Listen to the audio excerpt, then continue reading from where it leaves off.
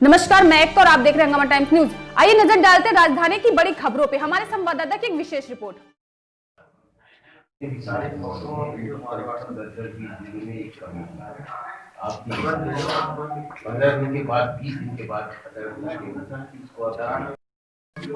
इस आंदोलन में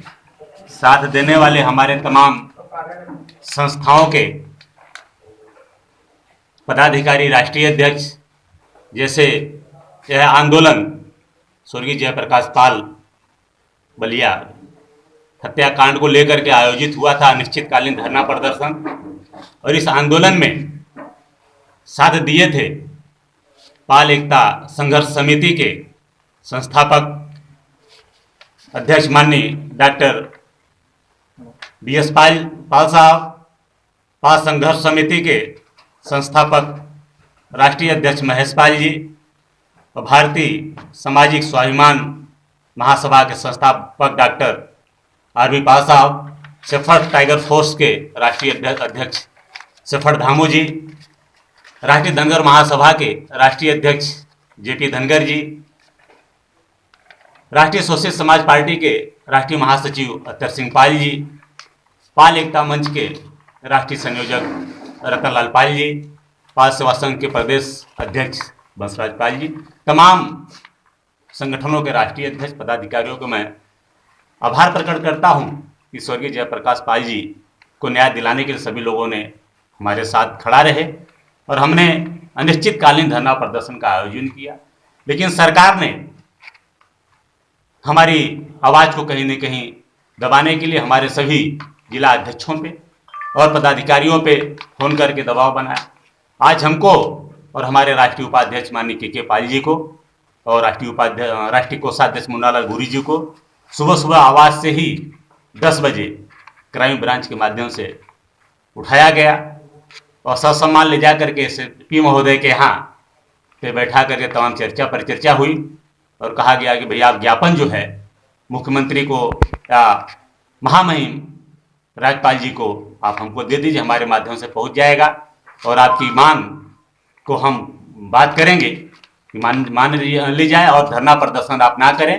क्योंकि प्रदेश में भी कोविड की महामारी है और व्यवस्थाएं सब अस्त व्यस्त है, तो आप हमारी बात को आप गंभीरता से लें। तो हमने उनके बात को मानते हुए ज्ञापन जो है दिया है और हमको उम्मीद है कि इस बात को मुख्यमंत्री जी गंभीरता से लेंगे। अगर नहीं लेंगे तो आज हमारे यहाँ पे उपस्थित तमाम संस्थाओं के राष्ट्रीय पदाधिकारी उपस्थित हैं, समाज के सुप्रसिद्ध समाज सेवी युवा तेज तर्रार, कानपुर से पधारे सुधीर भाई जी हैं, महेश पाल जी हैं, सुभाष पाल जी हैं, तमाम लोग कंधा से कंधा मिला करके हम सब चलने के लिए तैयार हैं। हम कुछ समय बाद फिर से निर्णय लेंगे, अगर इस मसले पे अगर सरकार नहीं गंभीरता से लेती है, नहीं मांग मानती है, तो फिर से हम निर्णय लेकर के कुछ बड़े आंदोलन की तरफ बढ़ेंगे। प्रशासन को अच्छी तरह पता है कि जितनी संस्थाएं हैं सभी सक्रिय संस्थाएं, जमीन पे काम करने वाली संस्थाएं हैं, इसीलिए हाथ पैर खुल गया, शासन प्रशासन सक्रिय हो गया। एक एक संस्थाएं एक 100 नहीं, एक 1000 लोगों के साथ लखनऊ पहुंचने की ताकत रखती है, दम रखती है। इसके लिए सरकार ने सुबह सुबह हम सभी लोगों को उठवाया और इस गंभीरता को समझ रही है और हम आपको विश्वास दिलाते हैं और सरकार को आपके माध्यम से कहना चाहते हैं कि हमारी बात को माने, स्वर्गीय जयप्रकाश पाल को न्याय दें, अन्यथा आने वाले दिन में बहुत भयंकर परिणाम भुगतना पड़ेगा। हम अपनी ताकत दिखाएंगे, साथ साथ चुनाव में वोट की ताकत तो दिखाएंगे, हम सड़क पर भी अपनी ताकत दिखाएंगे। जल्दी ही अपने सभी सहयोगी संस्थाओं से मीटिंग करके हम जल्द ही निर्णय लेंगे। मैं डॉक्टर RV पाल, कानपुर BSSM के राष्ट्रीय अध्यक्ष। मैं पाल समाज की तरफ से मैं सरकार से बात कहना चाहता हूँ कि कम से कम जो कार्रवाइयाँ होनी चाहिए एक रेगुलर ढंग से और एक संविधान के मुताबिक, उसके अनुसार गवर्नमेंट को आकर के हर समाज को समान न्याय देने का कार्य करें। नहीं तो अब आजकल अब वो बात नहीं रहेगी कि पाल समाज अब पिछड़ा हुआ है, ऐसी बात नहीं है। अब संस्थाएं बनी हुई है, पाल समाज भी एजुकेटेड हुआ है। हम लोग सभी जो अध्यक्ष जी बोले हैं इस विषय में गंभीरता से हम लोग सब एक जगह बैठ करके मीटिंग करेंगे और जो भी कार्रवाई करनी होगी हम बिल्कुल पूरी ताकत से झोंक कर काम करेंगे। मेरा परिचय है, मैं Shefar Dhamopal, Shefar tiger force India का राष्ट्रीय अध्यक्ष हूँ। और आज हम सभी लोगों ने, जैसा कि सभी को अवगत कराया गया था कि 15 दिसंबर को जीपीओ पार्क पर जयप्रकाश पाल हत्याकांड को लेकर हम सभी लोग अनिश्चितकालीन धरना प्रदर्शन करेंगे। उसके एवज में हम सभी लोगों ने यहाँ पर आए हुए हैं, लेकिन यहाँ के पुलिस प्रशासन को जैसे ही मालूम पड़ता है कि हम सभी लोग जीपीओ पार्क पर धरना प्रदर्शन करेंगे, तो राष्ट्रीय पार्टी के राष्ट्रीय अध्यक्ष माननीय बाबूराम पाल जी, राष्ट्रीय पार्टी के राष्ट्रीय उपाध्यक्ष माननीय के पाल जी, माननीय राष्ट्रीय कोषाध्यक्ष गुरु जी, इन तीनों लोगों के पुलिस प्रशासन ने घर से उठाकर जो है पुलिस थाने में लेके जाती है और इनके सारी मांगों को जो है सुनते हैं। सुनने के बाद वहां पर ज्ञापन दिया जाता है। लेकिन आप सभी को यह अवगत कराना चाहते हैं कि यह घटना 15 अक्टूबर 2020 की है। गांव दुर्जनपुर, थाना रेवती, जिला बलिया का है। घटने के इतने दिन बीत जाने के बाद भी अभी आज भी पीड़ित परिवार को सही रूप से जो न्याय व इंसाफ मिलना चाहिए था, नहीं मिल पाया है। हम चाहते हैं कि पीड़ित परिवार के ऊपर जो मुकदमे दर्ज किए गए हैं उस मुकदमे को वापस लिया जाए और उनको पीड़ित परिवार को 50 लाख का मुआवजा दिया जाए। उनके पीड़ित परिवार को जो है पुलिस प्रशासन की तरफ से, जो है शासन की तरफ से उनके एक सरकारी लाइसेंस दिलाया जाए ताकि उनको सुरक्षा भी मिल सके। और उसके बाद उनको न्याय व इंसाफ दिलाने के लिए हम सभी लोग, यदि न्याय व इंसाफ नहीं मिलता है, तमाम सारे संगठन के लोग यहाँ पर आए हुए हैं, तमाम सारे लोग अलग अलग जनपदों से लोग आए हुए हैं, तो आने वाले समय में यदि पीड़ित परिवार को न्याय व इंसाफ नहीं मिलता है, हम लोग सड़कों पर उतर करके संघर्ष करेंगे। मैं महेश पाल, कानपुर से पाल संघर्ष समिति का संस्थापक अध्यक्ष हूँ।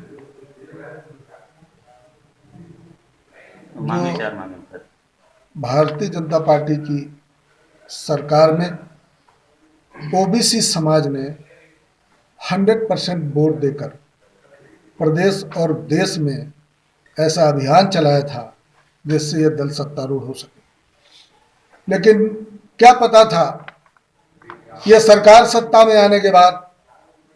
यह राजा जातिगत निर्णय लेगा और देश की मुखिया ने अपनी जाति के अपराधी और विधायक होने के नाते उन्होंने इस भोली भाली समाज के परिवार को न्याय देने का काम नहीं किया। और एक ये बलिया वाली घटना नहीं है, इस उत्तर प्रदेश में अन्य समाज के साथ, ओबीसी समाज के साथ जितनी भी घटनाएं हुई, पीड़ित पक्ष को ही मुकदमे में संलिप्त किया गया, उन पर धाराएं लगाई गई और उनको जेल भेजने का काम किया गया। ये सरकार का ये दोहरा मापदंड कि अपराधियों को संरक्षण और उन निरपराध, उन मजलूम, उन मासूम लोगों को अपराधी बनाकर उत्तर प्रदेश में इस पिछड़ों के साथ अन्याय करने का जो ये नया तरीका निकाला है, तो जिस तरीके से हम लोगों ने सरकार बनाने का काम किया था, उससे भी बेहद जोशीले तरीके से हम सरकार को आगे न बना देने का भी अभियान चलाएंगे। और भाजपा फिर 15-16 साल के लिए फिर एक बार उत्तर प्रदेश और देश से नजर नहीं आएगी। हम अपने संगठन के माध्यम से पुलिस और प्रशासन जो हमारे समाज के साथ या उन मजलूम समाज के साथ, जो वंचित शोषित समाज के साथ जो अन्याय अत्याचार कर रही है, मैं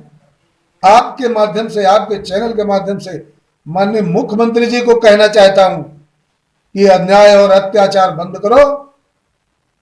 नहीं तो हम लोग सड़कों पर उतरकर प्रदर्शन करने को बाध्य होंगे। फिर आपकी इस महामारी के खिलाफ अभियान चलेगा, हम लोग नहीं मानेंगे, चाहे हमारी जान चली जाए, लेकिन हम अपने अधिकार लेकर रहेंगे। हमारे जयप्रकाश जी के परिवार को 50 लाख की आर्थिक सहायता की जाए, उनके घर के एक सदस्य को नौकरी देने का काम किया जाए और उन जो जातिगत जो संस्थाएं चल रही हैं, जो आज सरकार के नाम पर जो अपना दबंगई का जो झंडा बुलंद किए हैं, ऐसे लोगों से उस परिवार की सुरक्षा की मांग करता हूं। और उस परिवार के रोजी रोजगार के लिए, भविष्य के लिए परिवार कैसे संचालित हो, उसके भरण पोषण के लिए एक राशन की दुकान भी दी जाए। ये हम सरकार से मांग करते हैं और आशा है कि मुख्यमंत्री जी हम लोगों की बातों को सुनने का काम करेंगे। अगर नहीं करेंगे तो आने वाले समय में दुष्परिणाम सामने आएंगे।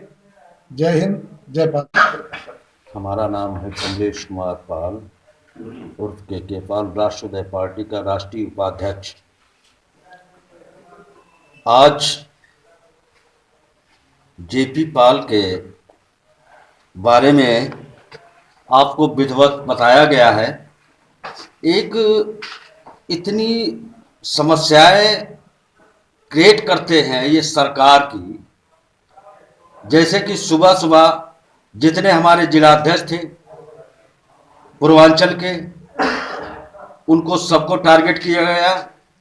और सर्वप्रथम सबसे पहले जो अब अभिषेक लड़का है, जयप्रकाश पाल जी का लड़का, उसके घर में दबिश दे करके उसको टारगेट किया कि आप लखनऊ नहीं जाएंगे। तो ये है हमारे जितने संगठन के लोग अभी सब साथ में आए हुए हैं, इसलिए कि उसके बच्चे बड़े हो गए हैं, लड़की की शादी करना है, 18 साल की आयु हो गई है और उसके बाप बच्चों के सामने दौड़ा दौड़ा के मारा जाता है और पुलिस प्रशासन देखती रहती है। एक वोटर के नाते वहां पर गया था वोट डालने के लिए परिवार समेत, और उसके साथ इतना बड़ा दुस्साहस किया गया कि ये निंदनीय है और सरकार देखती रही। सरकार के नुमाइंदे वहां एसडीएम, सीओ और सब इंस्पेक्टर सभी लोग वहां मौजूद होते हुए उनके बाद भी उनको गोली मार करके उनको और अपराधी को पकड़ा और छोड़ दिया जाता है। कुछ दिन के लिए टाला जाता है, फिर वही उन्हीं का विधायक और टीवी पर चैनल पर आ करके इस तरह की भाषा शैली का प्रयोग करता है, जो समाज के ऊपर बहुत बड़ा आक्रोश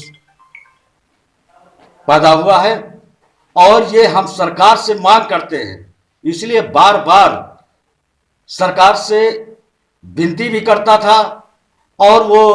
बार बार हम लोगों ने लेटर दिया, डीएम, एसपी और मुख्यमंत्री को कई बार ट्वीट किया गया, ज्ञापन भी दिया गया, लेकिन आज तक कोई सुनवाई नहीं हुई। हम आपके चैनल से माननीय मुख्यमंत्री को एक सूचना देना चाहते हैं कि जो पाल समाज पे हो रही घटनाओं के में उनको न्याय देने के एवज में उनके ऊपर ही जो मुकदमे कायम हो रहे हैं, इससे पाल समाज बहुत दुखी है। आप समाज का एक बहुत बड़ा तमगा जो आपको सत्ता तक पहुंचाता है और 2022 में आपको सत्ता से उखाड़ भी फेंकेगा, इसलिए वो गलत फहमी में किसी प्रकार न रहें। और अभी तो हमने कानपुर से लेकर एक मुहिम चलाई, अभी तक लखनऊ तक ही एंट्री हुई है। बाबूराम पाल जैसे लोगों ने अगर बीड़ा उठाया है तो ये बीड़ा उनके सदन तक भी जाएगा। हम आपके इससे ये संदेश देना चाहते हैं कि वाली बात समझ लें कि इस पे यथाशीघ्र निर्णय लें और जयप्रकाश के परिवार के खिलाफ एफआईआर वापस की जाए, उसे न्याय दें। अभी उसे किसी भी प्रकार का कोई कंपनसेशन नहीं मिला है, मेरी कल तक उससे बात हुई है। अन्य घटनाओं में इतनी लोगों को फास्ट न्याय मिलता है और कंपनसेशन भी मिलता है, लेकिन बलिया वाली इतनी बड़ी जघन्य हत्या जिसमें आपके आईपीएस और पीसीएस प्रशासनिक अधिकारियों के मौजूदगी में गोली मारी जाती है और उस पर मुख्यमंत्री इतनी जो है लापरवाही के साथ काम कर रहे हैं, इसमें दोषी कोई और नहीं है, हम तो कहेंगे पूरी सत्ता है। 2 महीने होने के बाद भी तो ठीक है, ये मैसेज पहुंचाइएगा, नहीं तो ये आगे बहुत तेजी के साथ आंदोलन होगा और इसका जो है परिणाम मुख्यमंत्री को भोगना पड़ेगा। मैं आशा पाल, प्रदेश अध्यक्ष राष्ट्रोदय पार्टी लखनऊ से, और मैं कहना चाहती हूँ मुख्यमंत्री जी से कि जो जेपी पाल के साथ हुआ है, ऐसा भी किसी भी पाल समाज के लोगों के साथ ऐसा ही अगर हमेशा होता रहेगा तो हम लोग हमेशा मतलब आप लोगों से पहले तो न्याय चाहेंगे, मुख्यमंत्री जी से यही कहना चाहूँगी। और अगर ऐसा नहीं होता है तो हम लोग सभी मिलके उसके लिए आगे आंदोलन भी कर सकते हैं। और दूसरी बस एक बात और करनी है कि जो पुलिस का रवैया है बहुत ही ख़राब है। कोई भी जाए किसी को अपने अधिकार के लिए बोलने का अधिकार ही नहीं है कि उसको न्याय मिले, बस उनकी आवाज़ दबा दी जाती है।